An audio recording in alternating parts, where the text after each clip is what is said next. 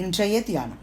ஆண்டவராகிய கர்த்தர் என் பலன், அவர் என் கால்களை மான் கால்களைப் போல் ஆக்கி உயரமான ஸ்தலங்களில் என்னை நடக்க பண்ணுவார்.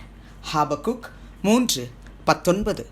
ஆண்டவரும் இரட்சகருமாகிய இயேசு கிறிஸ்துவின் நாமத்தினாலே இந்த காலை வேளையில் இன்றைய தியான நிகழ்ச்சியின் வாயிலாக உங்கள் ஒவ்வொருவரையும் சந்திப்பதில் நான் கிறிஸ்துவுக்குள் மிக்க மகிழ்ச்சி அடைகிறேன். பிரியமான சகோதர சகோதரிகளே, சந்தோஷமா இருக்கிறீங்களா?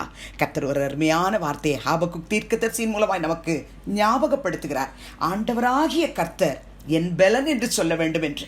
நம்ம யாரை இதுவரைக்கும் பலனா நினைச்சுக்கிட்டு இருந்தாலும் சரி, அந்த பலனெல்லாம் ஒரு நாள் நம்மளை விட்டு போயிரும். பிரியமானவர்களே, ஒரே ஒருத்தரை மட்டும்தான் நம்ம பார்த்து சொல்லணும், கர்த்தர் தான் என்னுடைய பலன், ஆண்டவராகிய கர்த்தர் என் பலன். ஹாபக்குக் தீர்க்கதரிசி சொல்லுகிறார், ஆண்டவராகிய கர்த்தர் என் பலன். சங்கீதக்காரனாகிய தாவீது அநேக வார்த்தைகளை சங்கீதங்களிலே சொல்லுகிறதை நாம் வாசிக்கிறோம். குறிப்பா இந்த நாளிலே சங்கீதம் 18:1 சங்கீதக்காரனாகிய தாவீது சொல்கிறார், என் பலனாகிய கர்த்தாவே உம்மில் அன்பு கூறுவேன்.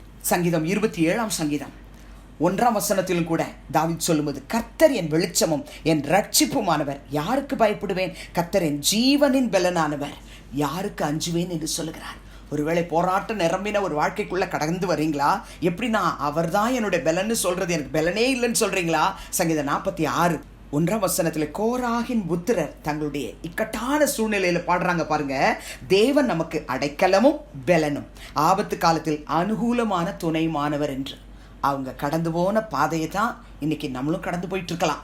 ஆனா அவங்க என்ன அறிக்கை செஞ்சாங்களோ அப்படி அறிக்கை செய்யணும். ஆண்டவராகிய கர்த்தர் என்னுடைய பலன், ஆபத்து காலத்துல அவர் தான் எனக்கு அடைக்கலம், அவர் தான் எனக்கு பலன். இந்த வார்த்தையை நம்முடைய வாயில அடிக்கடி நம்ம உச்சரிக்கும் பொழுது பிரியமானவர்களே, மெய்யாகவே அந்த பலனை நீங்களும் நானும் அனுபவிக்க முடியும். அப்போஸ்தலனாகிய பவுல் சொல்லுகிறார் 2 கொரிந்தியர் 12:9-10 ஆகிய வசனத்திலே, கர்த்தர் அவருடைய ஜெபத்துக்கு பதில் கொடுக்கிறாராம், என் கிருபை உனக்கு போதும், பலவீனத்திலே என் பலம் பூரணமாய் விளங்கும் என்றார். ஆகையால் கிறிஸ்துவின் வல்லமை என் மேல் தங்கும்படி என் பலவீனங்களை குறித்து நான் மிகவும் சந்தோஷமாய் மேன்மை பாராட்டுவேன். அந்தபடி நான் பலவீனமாய் இருக்கும் போதே பலமுள்ளவனாய் இருக்கிறேன். ஆகையால் கிறிஸ்துவின் நிமித்தம் எனக்கு வரும் பலவீனங்களிலும் நிந்தைகளிலும் நெருக்கங்களிலும் துன்பங்களிலும் இடுக்கண்களிலும் நான் பிரியப்படுகிறேன் என்று எழுதுகிறார். கர்த்தருடைய பிள்ளைகளே, அப்போஸ்தலனாகிய பவுலை போல நீங்க கடந்து போயிட்டு இருக்கீங்களா?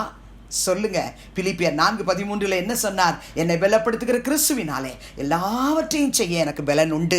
இந்த அறிக்கையை சொல்ல சொல்ல சொல்ல சாத்தான் நம்மளை விட்டு விலகி போயிடுவான்.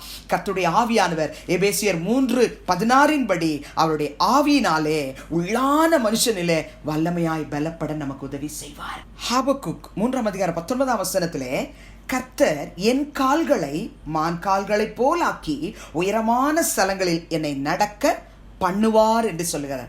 நடக்க பண்ணுவார் என்று சொல்லுகிறார். நீங்களும் நானும் கூட அவரையே பலனாக கொள்ளும் பொழுது நம்முடைய கால்களில் எவ்வளவு பலவீனங்கள் இருந்தாலும் மான் கால்களை போல நம்ம கால்களை மாற்றுவாராம். உயரமான ஸ்தலங்களில நம்மையும் நடக்க பண்ணுவாராம். சங்கீதம் 18 33 தாவீது சொல்லுகிறார், அவர் என் கால்களை மான்களுடைய கால்களை போலாக்கி என்னுடைய உயர் ஸ்தலங்களில் என்னை நிறுத்துகிறார்.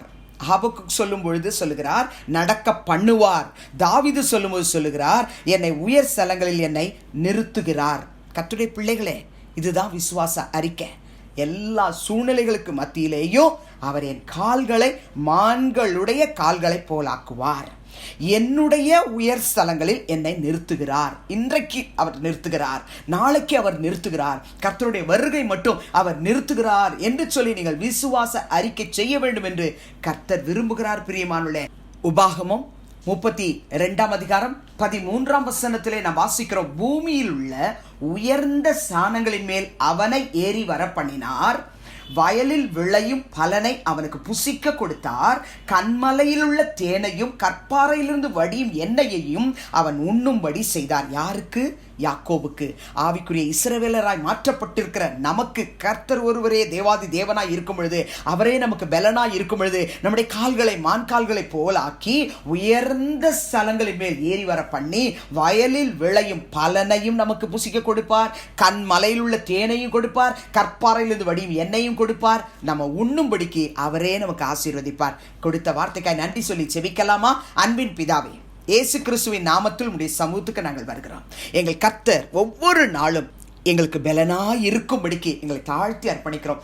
எவ்வளவோ போராட்டங்கள் வந்தாலும் சங்கீதக்காரன் சொன்னது போல பலனாகிய கர்த்தாவே உம்மில் அன்பு கூறுவேன் என்று சொல்லத்தக்கதாக நாங்கள் யாருக்கும் பயப்படாம, கர்த்தர் என் ஜீவனானவர், என் பலனானவர், நான் யாருக்கும் பயப்பட மாட்டேன், அவர் எனக்கு வெளிச்சமாய் இருக்கிறார் என்று சொல்லி நாங்கள் சொல்லவும், ஆபத்து காலத்தில் எங்களுக்கு அனுகூலமான துணையுமானவர், எங்களுக்கு பலனும் அடைக்கலமும் ஆனவர் என்று சொல்லவும், எங்களுக்கு வேண்டிய தைரியத்தை தாரும். பலவீனத்துக்கு மேல் பலன் வந்தாலும் ஆண்டவரே, எங்கள் ஜெபம் கேட்கப்பட்டது போலவே இல்லையே, நாங்கள் நாளுக்கு நாள் பலவீனப்பட்டு போய்கிட்டே இருக்கிறோமேன்னு சொல்லி நாங்கள் கலங்கினாலும், அப்போஸ்தலனாகிய பவுல் சொன்னது போல ஆண்டவரே, நாங்கள் எங்கள் பலவீனங்களை குறித்து நாங்கள் கிறிஸ்து இயேசுவுக்குள்ளே மேன்மை பாராட்டுவதற்கு, எங்களை பலப்படுத்துகிற கிறிஸ்துவினாலே எல்லாவற்றையும் செய்ய எங்களுக்கு பலன் உண்டு என்று சொல்வதற்கு, எங்கள் கால்களை கர்த்தர் பலப்படுத்தி எங்களை உயரமான ஸ்தலத்தில் ஏறி வர பண்ணி எங்களை அப்பத்தினாலும் தண்ணீரினாலும் ஆசீர்வதிப்பார் என்று சொல்லி நாங்கள் ஸ்தோத்தரிக்க எங்களுக்கு உதவி செய்யும். துதிக்கான மகிமையை உமக்கு செலுத்துகிறோம். இயேசுவின் மூலம் வேண்டுகிறோம் பிதாவே, ஆமென்.